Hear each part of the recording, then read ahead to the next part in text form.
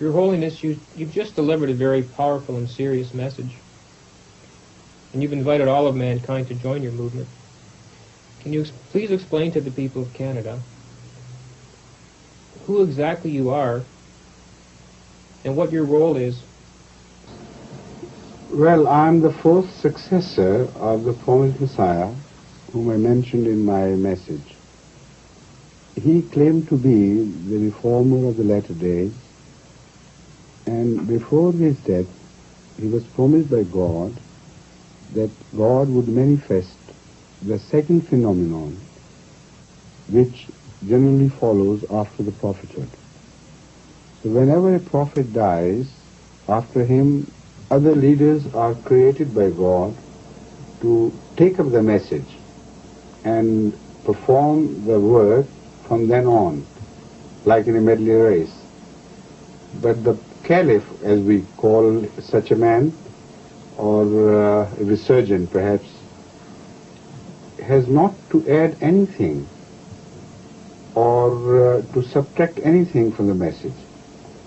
He has to complete the flow of that unrolling of a new phase in religion and continue working for the attainment of the same goals as have been said before. So as such, after the demise of the promised Messiah in 1908, first caliph was elected by a sort of electoral college, and his name was Khalifa Hakim Nuruddin. He was not related in blood to the founder of the Ahmadiyya community, but later on the second caliph was his son. He became a caliph not because of his relationship, but because, again, the people after the demise of the first caliph thought he would fit in better than anybody else. So they chose him, elected him to be the head of the Ahmadiyya community. And after his demise, his eldest son, Mirza Nasir Ahmad, was chosen as the caliph. Again, not because he was the son of the late caliph, but people thought he would be the best person available. And after the demise of my elder brother, the electoral college elected me to be the head of the community, not his son. So there is no inheritance involved. And also there were other elder brothers, older than I am, whom they did not choose, and they decided perhaps I should serve the cause, so I did.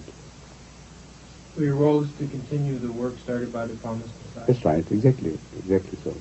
So in essence, are you actually saying that the Ahmadiyya movement is a worldwide movement, and you're actually inviting all of mankind to join it? That is right. To Ahmadiyya? Yes. In fact, as I have already expressed myself, I hope clearly, that we believe in not only the continuity of religion, but also in its being a universal phenomenon. We believe that God has been revealing himself to all mankind at different stages of history, periods of history. So while we focus our attention mainly to the Middle Eastern religions, we erroneously believe that was the only stage set by God for his revelation. It's a very narrow-minded concept of God. He is the creator of whole humanity. So what we believe and what the Holy Quran has taught us is this, that God has been manifesting himself in different countries at different ages. In fact, the Holy Quran claims that there is not a single people who have not been sent messengers, who have not been addressed by God. So, as a whole, God has been revealing himself occasionally, simultaneously, to the people of Arabia, to the people of China, to the people of Persia, for instance. But they had their separate messages, fundamentally the same, but they addressed different people, and they were not interconnected. They were commissioned to deliver the message to those particular people. Yet the global religion had not come to be born. So we believe that the world of religion progressed on the similar lines as animal evolution had taken place before it, or to speak in terms of human experience, as society progressed. Smaller units merged with one another to become one large droplet, and larger droplets came together to merge into bigger masses of water, and so on and so forth, until the oceans came to be formed in human society as well. So we believe that it was designed that ultimately one final religion would be revealed for the sake of mankind, for its unification, and we believe that is Islam. So the previous progress has been just leading us on from stage to stage towards receiving that last message of God. The Messiah came under the flag of Islam. We have to keep in mind that Canadians are attached to Christianity, whether genuinely or superficially, and they'll have a very difficult time compromising this issue. So could you please explain to us why the Messiah came as a follower of the Holy Prophet Muhammad and not as a Christian? Well, this is the most tricky part of the whole question. The fact is that herein lies the underlying melody to rectify which God always sends messengers after messengers. When a messenger appears from God, as a universal experience we know that he's always rejected, looked down upon, and extreme hostility is unleashed against him.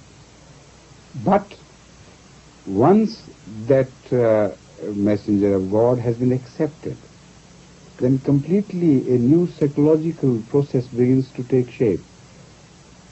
People begin to love him instead of hating him, but far more than they should perhaps. They begin to elevate his position to demigods, to sons of gods, to sisters and fathers of God, and so on and so forth. This corruption of the fundamental religious message is a universal phenomenon. Now, what happens later on, after a long passage of time, as people travel away from the sources of religion, they begin to attach far more importance to the person whom God chose to manifest him than God himself. They begin to love that messenger so much that if God would choose him again to represent him, they would follow him, otherwise not. So the God is left with very limited choice. Unless he chooses the same person and sends him again in the same form, people would not accept him again if he's reborn in some other form, in some other place. Similarly, the religions they stick to, they adhere to so firmly, must remain as such. And their understanding of the religion should also be exactly the same when God sends the truth, reveals the truth again. How can it be possible? Christianity has gone through 2,000 years of changes. One Christianity, as delivered by Jesus Christ, peace be upon him, has got divided into 700 and some Christianities. Even if Christianity is that religion to which God will reveal himself again, which Christianity?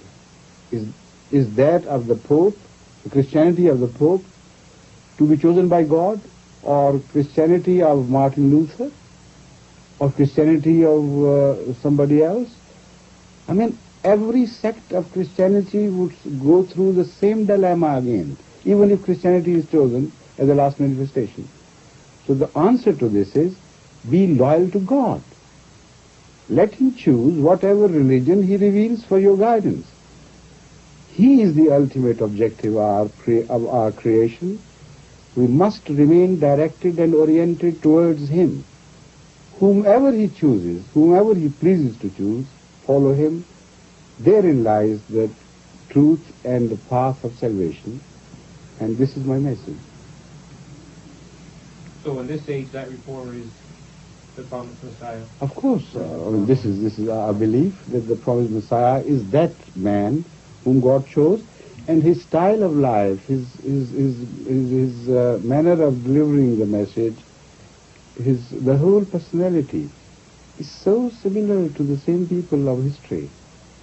It didn't come in such glory as people would see and say, look here, this is God's specially chosen one. He came like Jesus Christ, came in humility, with no assumptions, no presumptions. And he was rejected because he was too humble. We believe that God would always do exactly the same thing again and again to the same diseased human society as he found such society earlier in history. So the prescription would never change. People would. The messages may acquire a different form, slightly, but fundamentally they are to be the same. I'd like to ask you one last question. For those interested in joining this movement, exactly what kind of an organization will they be joining? I would advise them to contact headquarters of the Jamaat Ahmadiyya in Toronto and get more literature to read and study, and after they are fully satisfied and convinced of the truth, then of course they'll be left with no other choice but to join. Thank you. This evening I've had the distinct pleasure of presenting to you a special message and interview from the present Supreme Head of the Ahmadiyya movement in Islam, Hazrat Mirza Tahir Ahmad. I hope you have found this show both interesting and enjoyable. And if you would like any more information about our movement, please feel free to call us or write to us at the phone number and address shown at the conclusion of this show. Thank you very much for being with us. Good evening.